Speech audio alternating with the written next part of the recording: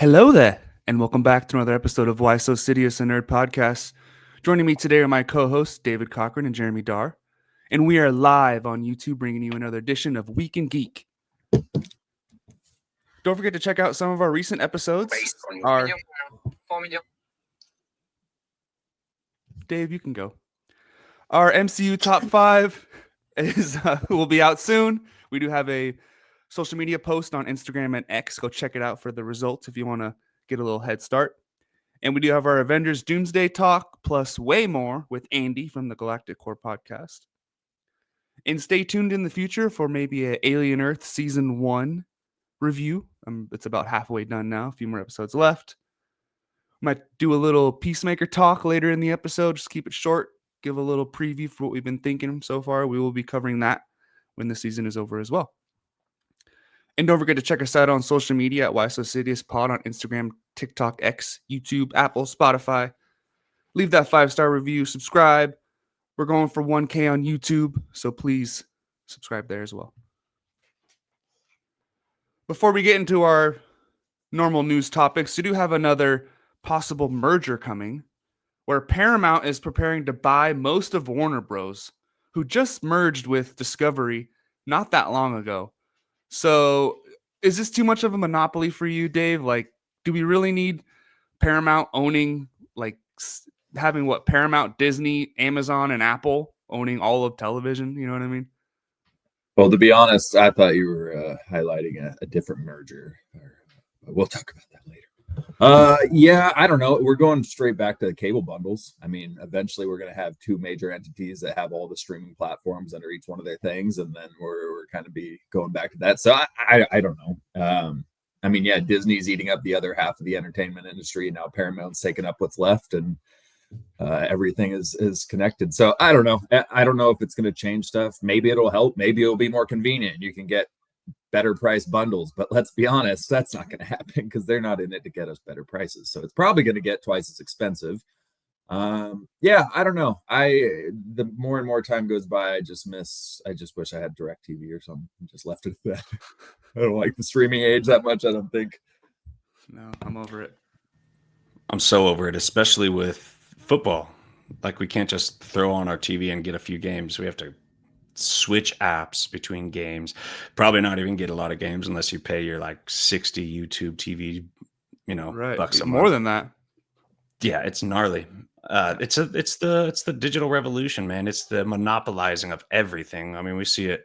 Phone companies, insurance companies, everything is monopolizing into just a few companies that we could buy from. So that's annoying. I just see more ads in our future, higher payments in our future. And it was originally created to be like a cheap and convenient service. So that's why everyone loved it. Now it's just being turned into something worse. I mean, we have so much access to so many movies, but at the same time, it's a pain in the ass as well. So, yeah, right. And the Disney was saying the Hulu app is disappearing and everything's going to be on Disney Plus. So is that going to make our bundle price go down if we're only paying for Disney Plus now? It's going to make you pay double for Disney Plus, right? Yeah, like that's exactly. And it's funny. I was at in-laws and they turned on Hulu, and I was thinking to myself, the first time I've seen somebody open Hulu in like 3 years, because it's just been everything that's been on Hulu has been on Disney for the last year or so now. Right. But so I kind of have been waiting for Hulu to just kind of drop off because Disney swallowed it up, like everything, baby. But yeah, $23 billion value now with Paramount, Skydance, whatever it's called. Yeah, I don't know. And I don't think it's going to help us. We are talking about the Paramount WB merger as well. No, that's this. They just did. Yeah, that's this. And then the Skydance Media. Isn't that in addition to the Paramount previous deal it already had? Yeah. So this is like the second major merger it's had recently. Right. So it just continues to swallow stuff. And then we got to bring up, is James Gunn's job secure if someone else buys Warner Brothers? You got to think it would be secure because it's been going really well. They had a strong start, and that's almost one of your more like guaranteed profit corners of WB. So you hopefully don't change that, man. Don't take any of his power away. Don't give him another level of management to go through to approve a script. Like, don't do any of that, please. I really hope they don't do that. Well, they don't. Paramount doesn't own any competitors, at least at the moment. So, there's no Star Wars or Marvel with Paramount. So I'm sure DC would be their, top priority. Flagship. Yeah. Yeah. No, I don't see that. Interesting. Weird times. Yes. Let's move on. We did get a first look at Witcher season 4. I know we're all very excited for, stoked with the recasting of Geralt to Lee Hemsworth that does come out October 30th. Cool time of year. Dave, did you finish season 3? Because I think I only got about halfway through, and just knowing that Henry Cavill wasn't coming back was just like, I don't know. I have no interest in this. Well, didn't we get the news that he wasn't coming back before season 3 even released? Or because I don't think right. I started it because of that reason. I don't think I ever started season 3 because of the fact I was like, oh, word, okay, they're moving on from that. And it was already, the show dropped off. Season 1 was okay. I had a lot of complaints, especially with people who knew the lore. I didn't, but me just watching it, I thought hit and miss. But after season 2, yeah, it was all over the place. The timeline jumps back and forth, was not explained very clearly until you had to rewatch it to kind of understand what the hell is going on. And then in the second movie, or the second season, a lot of the fans who knew the lore were really over it at that point, just totally saying the creators were disrespecting the story. Baby, they just weren't. They weren't following the actual storylines at all. And Henry Cavill got sick of it and dipped out of there, partially because of that. So all of that reason, I just had no interest to start season 3 at that point. So season 2 was hit and miss as well. I don't know if I'll ever watch season 3. JD, are you excited for The Witcher? Yeah, just about as excited as I am about Doritos' next special edition flavor. So, it'll come, it'll go, and it'll happen, and I probably won't try it. That's about the right response. Yeah, that's perfect. All right, well, let's move on to Marvel then. The Punisher reportedly has the biggest role in Spider-Man Brand New Day compared to the other heroes that we've heard of before. So I know, JD, you and Andy kind of speculated about what you'd see, what you think their relationship might be if he's having this big role in the movie. Is he going to be a mentor? Is he going to give him a hard time? So, Dave, what do you think about that? How do you see the Punisher fitting in? Yeah, I saw, so JD and Andy had a conversation about that, kind of regarding Punisher stopping Peter from going down a dark path because the Punisher has gone down that dark path. Andy didn't seem to think that was going to be the case. I kind of could see it a little bit more than Andy thought. I could see, and I get his point. We're obviously getting an insanely brutal Punisher so far with everything we've seen with John Bernthal, but it is being brought into the main part of the universe. It's not exactly having all that freedom to continue to lean into that darkness. So they may have to kind of change that parameter. So I could see him being a mentor, I could see them helping each other kind of deal. Peter kind of helps soften Frank, and Frank kind of helps Peter guide his way through this darkness that he's feeling that he's never experienced before. So I could see that roll out that way. Yeah, in season 2, he killed that one guy right in front of that girl, and he's like, I'm going to kill him so you don't have to. Right? I could see that kind of dude, don't go down this path. You're a kid. He lost his kids, man, so he might have a weird father-daughter, Jesus, relationship with Peter. Right. Not wanting to go down a dark path. It's PG-13 too, so I don't think we're going to get the gnarly Punisher. That makes sense. That makes sense if you're going to throw him in there in PG-13 and have him be the higher road teaching kind of guy. Dude, what's wild too, real quick, is I don't know, but just roughly thinking back to Punisher season 1, seeing how old his kids were before they were, tragically, spoiler alert, murdered. I feel like Peter could be the same age that Frank's son would have been at this point. I feel like there's a closeness there where it could be like the age Peter's at right now, Punisher's son would have been at this exact age. And so I could see that kind of father replacement feeling going into this. And we saw the daughter version already in Punisher season 2, went with the main character. I forgot what the girl's name is, but he takes her under his wing because he sees she's in danger. She's young. Like you just said, he doesn't want her getting corrupted by killing people. So we've seen him take a daughter under his wing, and I could totally see Peter being the son part. I was going to say Karen from Daredevil season 2. Doesn't he kind of see her as his wife in a way too, or he has a soft spot for her? Yeah, not a father-daughter thing, but more. No, yeah. in a weird way. I don't know. Yeah. When yeah, people remind him of his family, he has a soft spot for him. You know what I mean? for sure. Yeah. Do you think this brings him closer to Doomsday if he's in Spider-Man, or do you think we'll not see him in Doomsday? I want to see him in that kind of Hawkeye role, you know, just like doesn't have powers. He's on the lower end of the Avengers, but he's still there to kick some, you know, random alien or whatever's going on, kick some ass. Yeah, because Hawkeye is actually super effective. He's hitting people with arrows just hundreds of yards like, constantly. You know, he could do that. Because man, I would love to see him and RDJ on screen together, even though the power levels are not even close for their characters. But that would be a lot of fun. A lot of cool. That would be a lot of cool there. Punisher and Cap would be cool to see on screen together. Agreed. They have a thing too. All the way in the comics, he respects Cap so much because of the military background. Okay. So he I like Cap. that. Yeah, Cap wasn't crazy about him for a minute there because of his tactics. Obviously, he beats the crap out of him in Civil War. Yeah, yeah. And wasn't Frank like just not fighting him? Like, didn't want to fight Cap back because of how much he respected him. Like, yeah. Fanboy. Yeah, really. Apparently, Tenoch Huerta has filmed scenes with Vanessa Kirby for Avengers Doomsday. That is, of course, Mrs. Fantastic and I forgot what's his name. Namor. Yes, excuse me. Sorry. Jeez. He referred to her as a great and spectacular coworker. So maybe for the unfamiliar fans out there, JD, is there a tie between these two characters in the comics? Just a little bit. It's not super climactic. Nothing crazy happens, but Namor loves her very much. And you could tell it's written in the comics like she might be a little interested in him too. She never cheats on our boy, Reed Richards there, but there is a little love interest. Nothing huge comes out of it, but yeah, it's just a little weird drama. So that's cool they're doing it. I was wondering if they would dive into that. Just reminds me how excited I am to see any new characters interact. So that'll be cool. Mark Ruffalo says he's still waiting to hear if he's returning as the Hulk in Spider-Man Brand New Day. I haven't read a script yet. If it does happen, it would be incredible. But then I forgot to write down the next quote, but it was something like working with Punisher for the first time or John Bernthal, and he was like super excited to do it. So they're kind of contradicting quotes in a way. So maybe he's just like lying probably or can't say too much. I think so. Yeah. Yeah, he's the guy who's known for spoiling stuff almost to an annoying degree, where it was like he was leaning into being the one who spoils stuff in press tours and whatnot.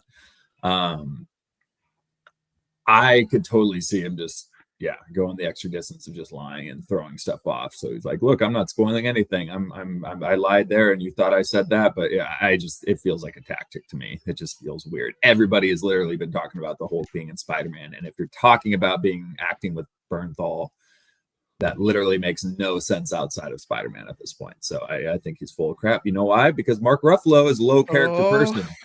Mark Ruffalo doesn't want you to know the truth. Mark Ruffalo is out here just being super annoying and stuff. I don't like him. I totally agree with Dave. I feel like he was just playing coy as the guy who used to mess it up. He just didn't want to confirm it right there on the spot. So he said what he said. He's in the movie. Let's go. Everyone's already... It's like already confirmed because the actors are so used to and actresses are so used to like probably ignoring the news stream, the constant like rumors, false. Some of them are real, some of them are fake. They probably just ignore all that stuff. He might not even know it's officially confirmed. So he decided to say no. Ish. I can't wait for a trailer for that movie. It's going to be so sick.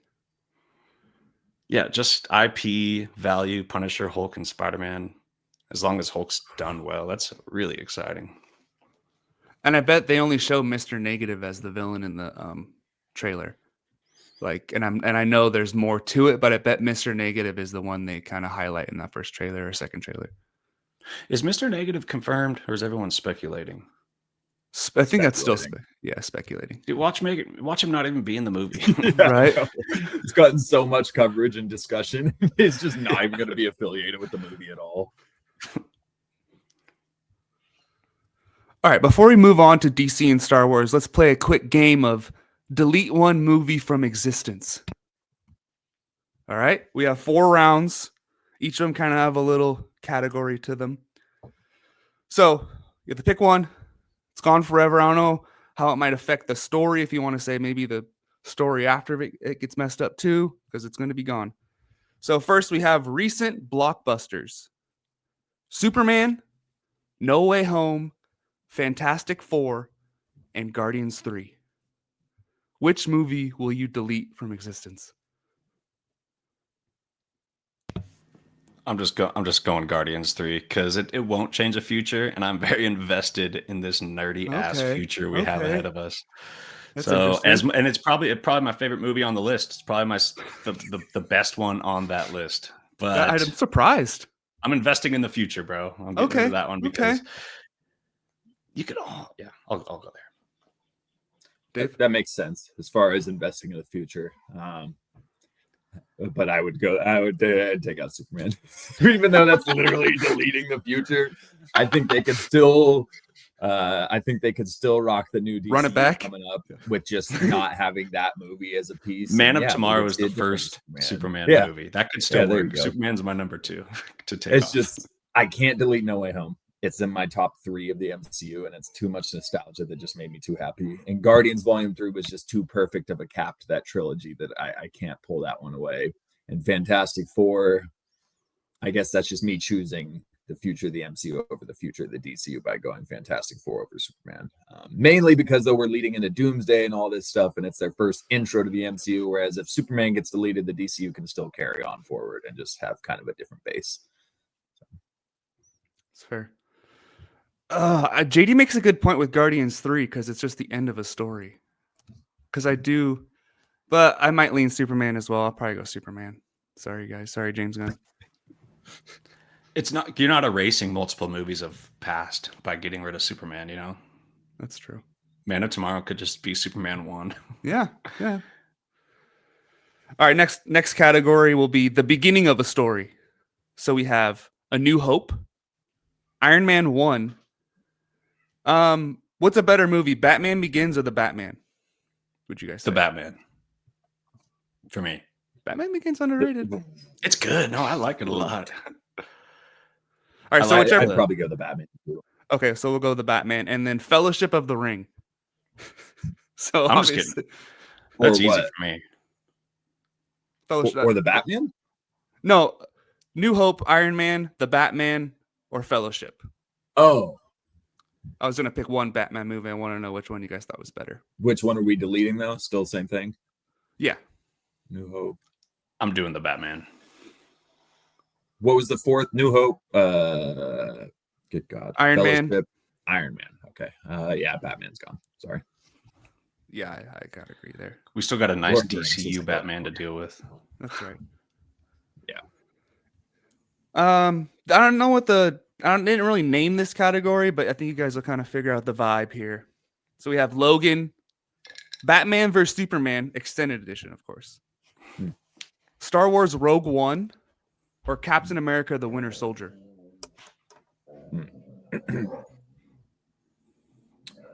What were the first two?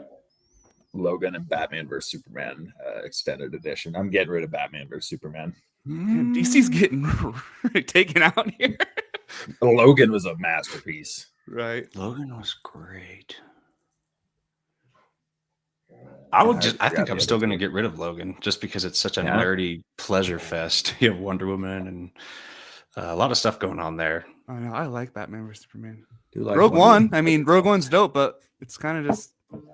It's like my favorite. It might be my single favorite Star Wars movie. The more I think it is legitimately in contention for my number one Star Wars. Yeah, film with episode 3, so I can't do that.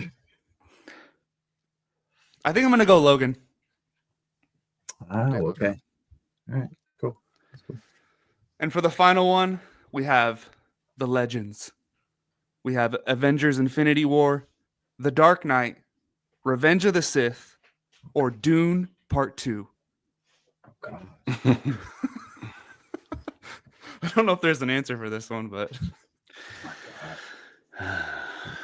why would you do this? Who comes up with this type of question and scenario? Good Lord. I'm just committing to my nerd. I could live without Dune. It's still might be the best movie on that list, but I could live without that universe continuing to be explored. I know, it's so good Because you can't pick Infinity War, Dark Knight, Revenge of the Sith. Like, No, those are No, I agree. I gotta go Dune 2, even though that's one of the best movies I've seen in theaters ever. It doesn't beat Dark Knight. It doesn't. And it doesn't beat Infinity War as far as where that stands in the whole MCU premise of things. Infinity War is crucial. And there's no way I'm taking out Obi-Wan and Anakin ever. So yeah, sorry, Paul. You go. Yeah, I think I agree with Dune Part 2, even though iconic. It's rough. It's rough. That's fun though. Fun little game to play. Let's keep it rolling with the news. Let's go into DC. So we were already talking about Man of Tomorrow, which releases July 9th, 2027. So do we think this is too super human friendly in the first couple years? So we had Superman in 2025, Supergirl in 2026, and now we have Man of Tomorrow in 2027. And for reference, Iron Man 1 and 2 did come out 2 years apart, but there wasn't another Iron Girl, Iron Heart in between. And then, so JD, is this a good start for the James Gunn universe, or should we kind of spread it out a little bit? I think it's too early to tell. I think if the movies are good, it's not going to be an issue. I also think Supergirl is going to feel so different. The only similarity is the logo on her chest, right? It's going to it's his galactic stuff. I think Man of Tomorrow sounds like it'll stay on Earth. I also think you can lay out a more universe-wide foundation through the super people. Like, you couldn't really do that in Gotham. It would feel like the corner, like just that one little corner. You could do all the characters and do 3 Gotham movies. And I feel like that would feel more stuffed into a corner, because super people, whoever they are, they kind of visit every corner of the DC universe anyway. So if you're laying out your DC universe foundations, and I got no issue with it. I don't know. I kind of want to see it spread out more, but I could, if you had to pick one character to do 2-3 movies off of, I feel like Superman is the best to start the universe, because you could tell a lot about the DC universe, multiple angles, multiple corners through them. Couldn't do that with Gotham or Aquaman or Wonder Woman. They're going to stay in their own corners. So I think it's fine. At first, I was like, that's too many super people. What are you doing? But I think it's fine, man. You have so much to tell there with the Man of Tomorrow, building out your villains, Lex Luthor, Belle Reeve, whoever the new villain will be, which we should speculate on that. I don't know who that could be. Everyone's thinking Brainiac. I feel like it might be like a Mongol or something, but I'm excited. I bet you we will get a new, very large, important villain. So I'm fine with the super people. Yeah. At first I was like, what are we doing? But more I thought about it, I was like, that's fine, dude. And as long as the movies are good. Yeah, I think that makes sense as far as your reasoning for that. It does give you a lot more diversity and variety of storytelling outside of Gotham. Even though I prefer to get, a Batman movie and then Brave and the Bold and then maybe something else coming out of there, it isn't as beneficial and helpful as setting up a universe as it would be to do the other stuff. It just happens to be that I just don't. The super family is my least interested area of the DCU, probably. So it doesn't get me that hyped up. I'm curious to see what Man of Tomorrow is, and I'm wondering if this is the thing James Gunn was teasing, where he said, my next project that I'm writing and directing, it's not a Superman 2, but it does involve Superman a lot in it. So I'm wondering if this is that announcement reveal.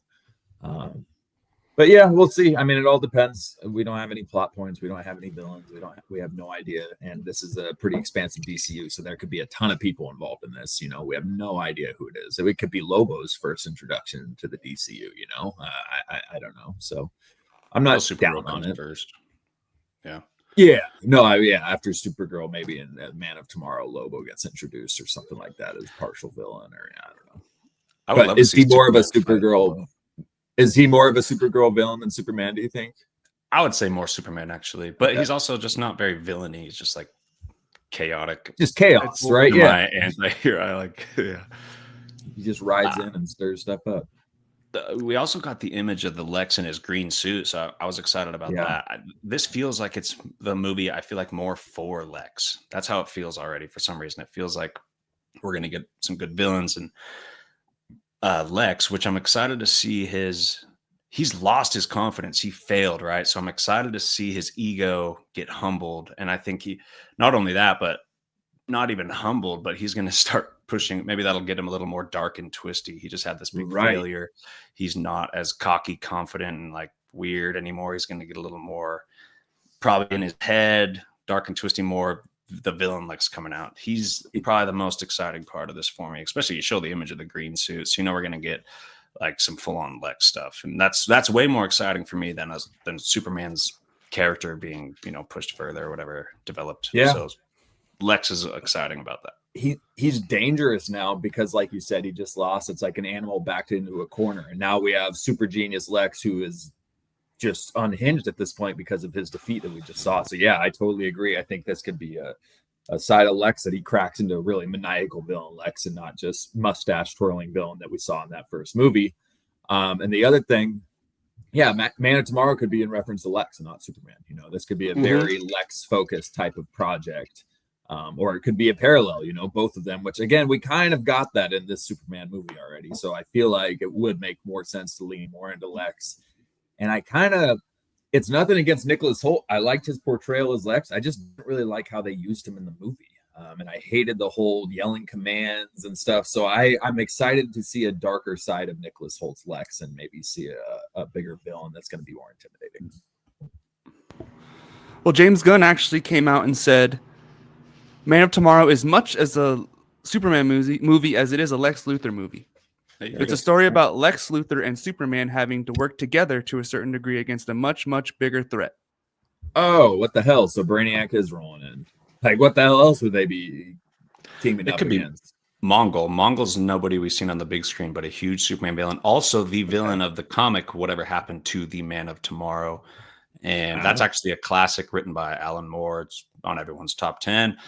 And Mongol, he's like a very Thanos-like guy. He's just big, strong alien.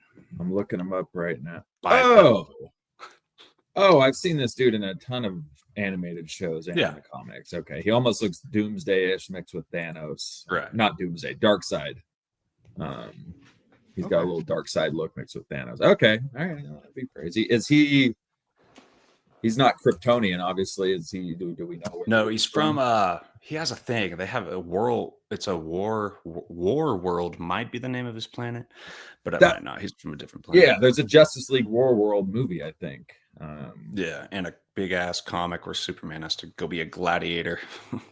Okay. In War World, God, sound like a dog with peanut butter stuck in their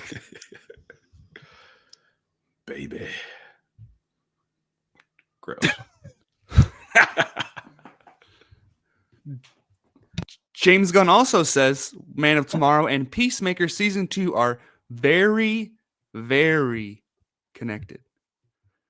So I'm about halfway through episode 4, the most recent one. Have you guys watched all 4? Just watched it this morning, episode 4. Okay. So, JD, what are your kind of spoiler-free thoughts on the first half of Peacemaker? It's Peacemaker, man. So it doesn't. It's awesome. It's funny. It's entertaining. I love the multiversal aspect of it this time. We're picky about it, but it's a good character to do multiversal stuff. It's touching. Oh, we're not doing spoilers. Okay, yeah. Well, that's fine. Yeah. I like how they're playing with the universe. I like where the story's going. I like that Frank Grillo's after his ass. That's just pretty exciting stuff. I like how Frank Grillo's been in every single DCU project that come out so far. I'm kind of and I really like his character when he walks in and talks to Harcourt that first time. He just had a presence about him, dude. I don't know. I really like him. As far as connecting to Superman and Man of Tomorrow, I have yet to see any proof of that. And I feel like it feels sales pitchy until I do see a connection. Obviously, we won't see that to Man of Tomorrow, but even to Superman, he said it would feel like a Superman continuation in a way.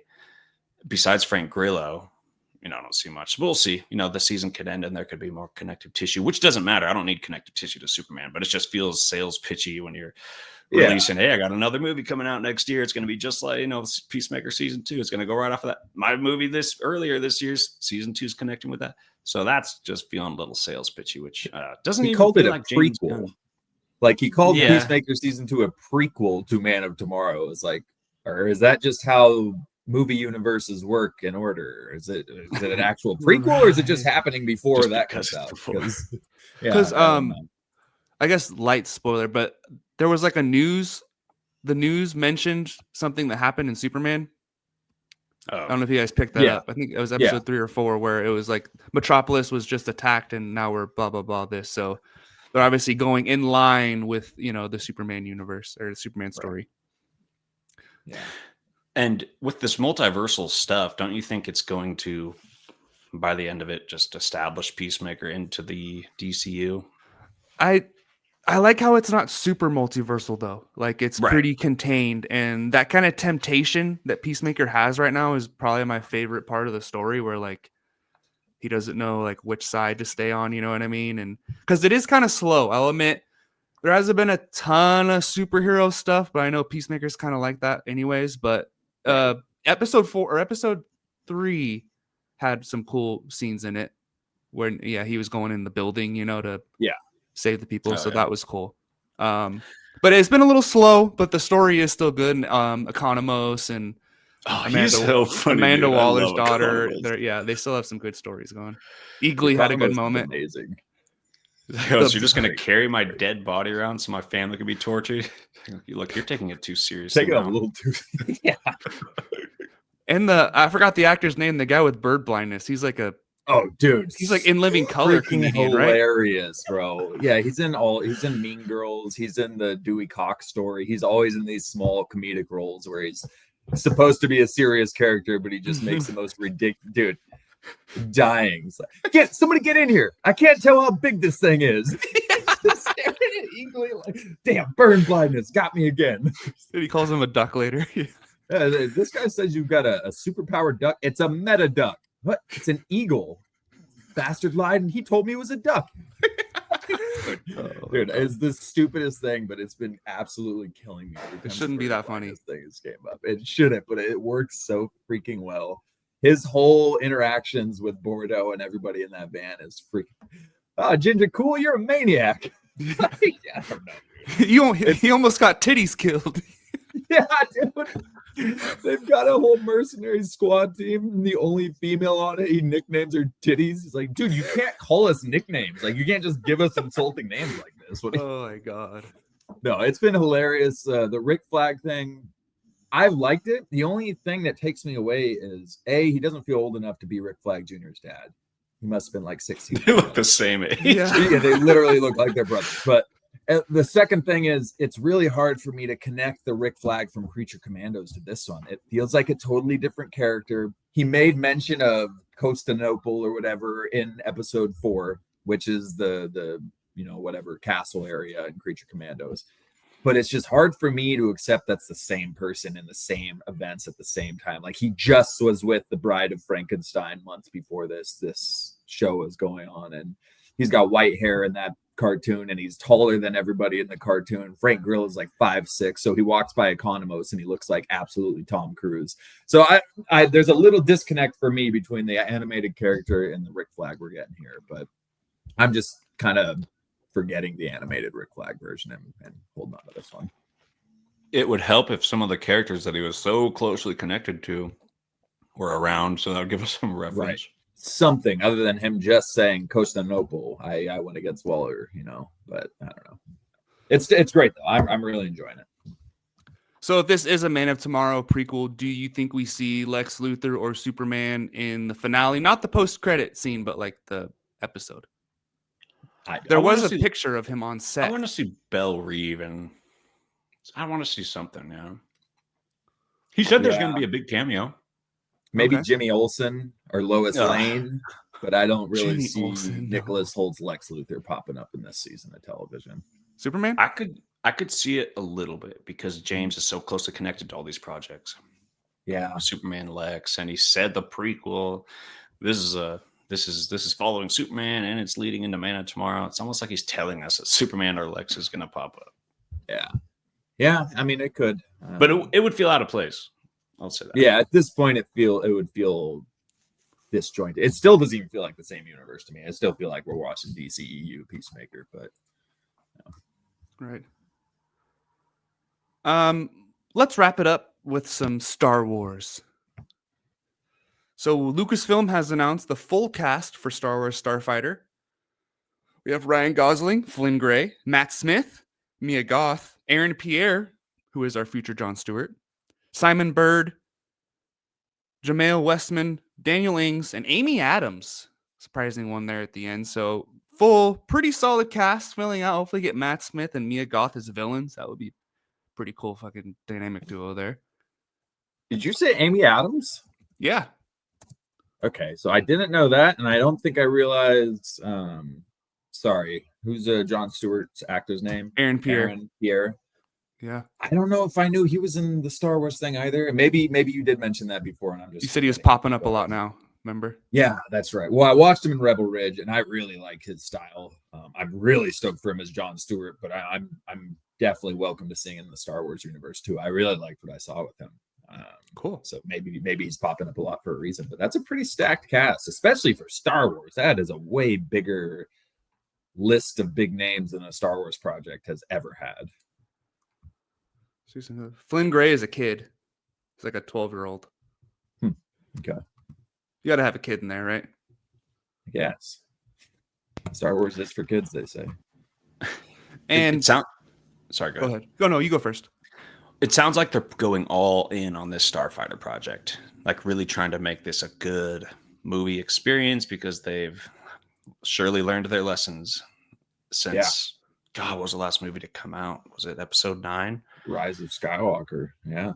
So 2019. Yeah, I think this will be a really good movie. I'm hoping for just Rogue One, except in freaking jets. Well, they get Claudio Miranda, the Top Gun Maverick and F1 cinematographer as a cinematographer. Star Wars Starfighter, X-Wings, TIE fighters, like the perfect person to do that. We're going to be in the cockpit, feeling the force, the speed, flying around in space. Probably not a lot of force in that way, unfortunately. Yeah.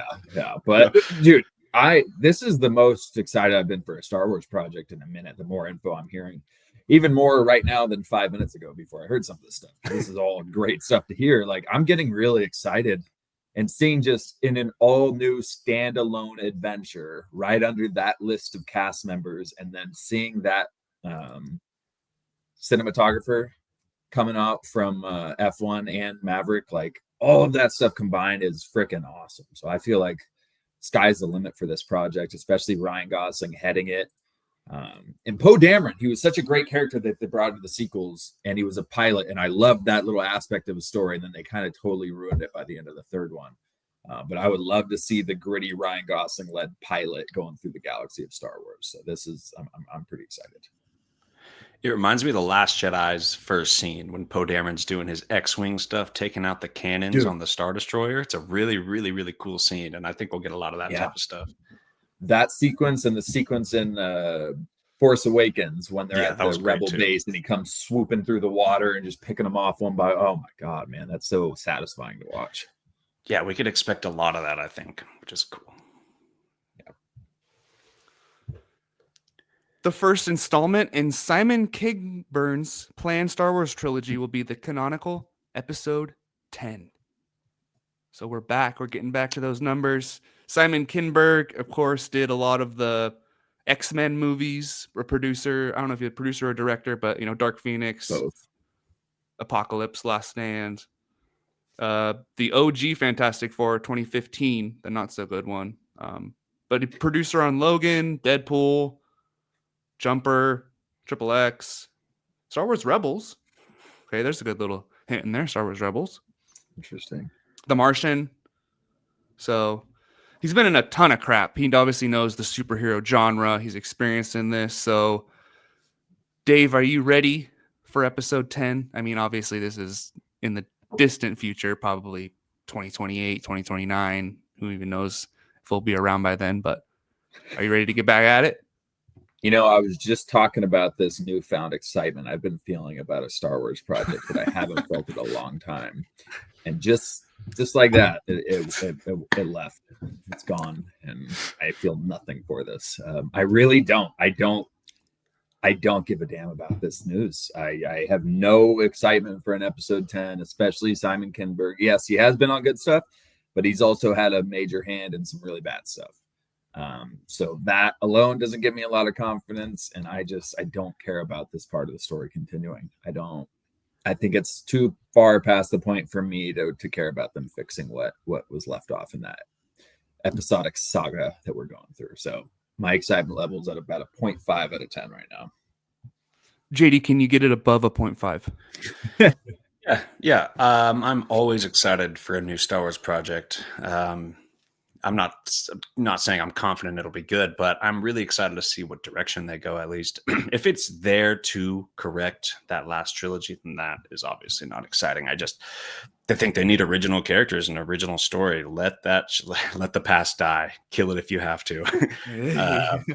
I would love just a new villain. That's the most important thing. Star Wars needs a great villain, dude. So just throw an amazing Sith villain in there and let the rest fall into place, baby. Give me a great villain. But if it's episode 10, I mean, you want zero returning characters, even if they're inside roles. You don't want like an old Rey as like a 15-minute screen time per I'm movie. fine. You know what I mean? Rey could even be a main character as long as it has nothing to do with patching up the past. Like she Right, could be in there. right. That's fine. She's the Jedi now. Right? That's the new age of Jedi. I almost kind of even want her in there, whatever, because you're right. It is episodic. It does continue what we're dealing with. In a way, it's going to be Skywalker lineage. So it probably will have Rey or her kids, but you could do, say if it is her kids, you could go a completely 50 original years. story. Yeah. So I need a new villain and I need just an original feel. Right. Let's see how Mando and Grogu goes. Then we got Starfighter, and then we got the Dawn of the Jedi, and I mean the Rey movie. I'm not even gonna consider that one. That should just be episode 10 now. If they're gonna they shouldn't do 2 Rey movies. Might as well just throw her in episode 10. Yeah. If Rey has her own movie, then it's just weird. That should just be episode 10. Right. Tony Gilroy says that Lucasfilm are developing some unusual Star Wars projects. There are some things that Lucasfilm is building that are really unusual, I think, and I think the lesson of letting your freak flag fly is being taken to heart. So Tony Gilroy, I don't know, maybe he's talking about Andor. Yeah, he wasn't really into the whole freak nerd stuff when it came to Andor, but maybe he still has his ear on the pulse of Star Wars, even though he says he's not returning for anything. So maybe maybe they're kind of when you say unusual, maybe different type of genres, maybe like a horror or a what else could you do? What other type of Star Wars genre movie would you like to see? Well, the horror Death Trooper thing always has sounded cool, right? More spy stuff is always cool. Andor is kind of stuff. spy, espionage, sort of. I don't know. The Dawn of the Jedi. Well, we're not talking about that. I got nothing for this, man. The freak flag scares me. I think of Taika Waititi in Love and Thunder. He let his freak flag fly. Yeah, right. So, I still don't know what the hell that means. What are people going to be having orgies in Star Wars space? What are we talking about? I don't know what that means or how to take that. But as far as him taking over another Star Wars project, I don't know. I mean, I would say the Starfighter thing, but we're getting that covered. So I guess you could do another political intrigue, but you'd have to find a really interesting point in time to do that. Could do a Revenge of the Sith, like around, or not, prequels around Palpatine getting those emergency powers and taking over those kind of things. Or a Palpatine ascending the ranks kind of movie, which would obviously be pretty sick, even though we're back to sticking in this exact era. Yeah, right. Back to Plagueis. We just want Plagueis and Darth Bane. Yeah, pretty much at this point. Yeah, I think that's the only thing I can think of that. Yeah, or I guess a horror Star Wars project would be fine. It just all depends on what the story is. If they really nailed it, like a National Treasure Star Wars movie, I think could be really cool. If you Indiana adventure. Jones kind of, more of exploration and adventure. I like that. That'd be Could be cool. Like Outlaws, but like a good and a movie. No, like Jedi Survivor or Jedi the video game. Fallen you're kind of just out in the middle of these random planets, going through caverns and caves. Yeah. Uncharted Star Wars. Yeah. All right. Quick box office update before we wrap it up. Just to give JD the crown now. It's not looking good for me and Dave. I'm doing great. Yeah, you're doing awesome. Actually, sent Yeah. the pictures earlier. Thank you. You look great. You look good. Okay.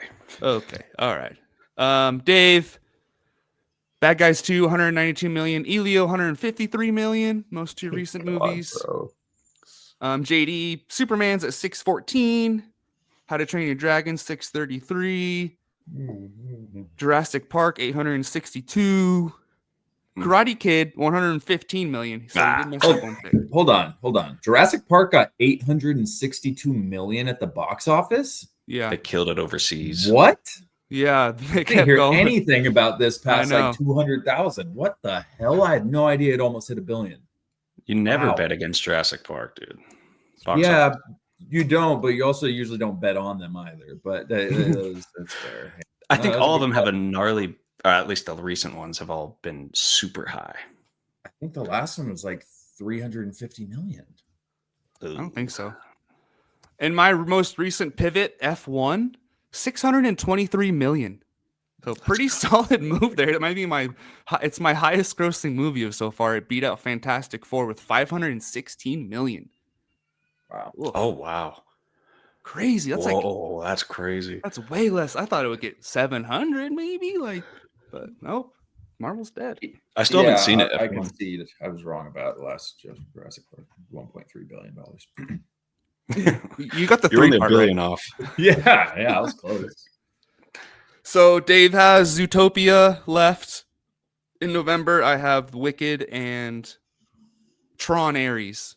So, but JD's, I mean, me and Dave are like right around like 1.5 billion. I think JD's at like over 3 billion. So I think we can just, wrap it up here, but we will of course update you guys probably in a couple months when these last couple movies come out. So I've heard word about the bad guy or Zootopia getting 2.3 billion. yeah, beating out Avatar. Yeah.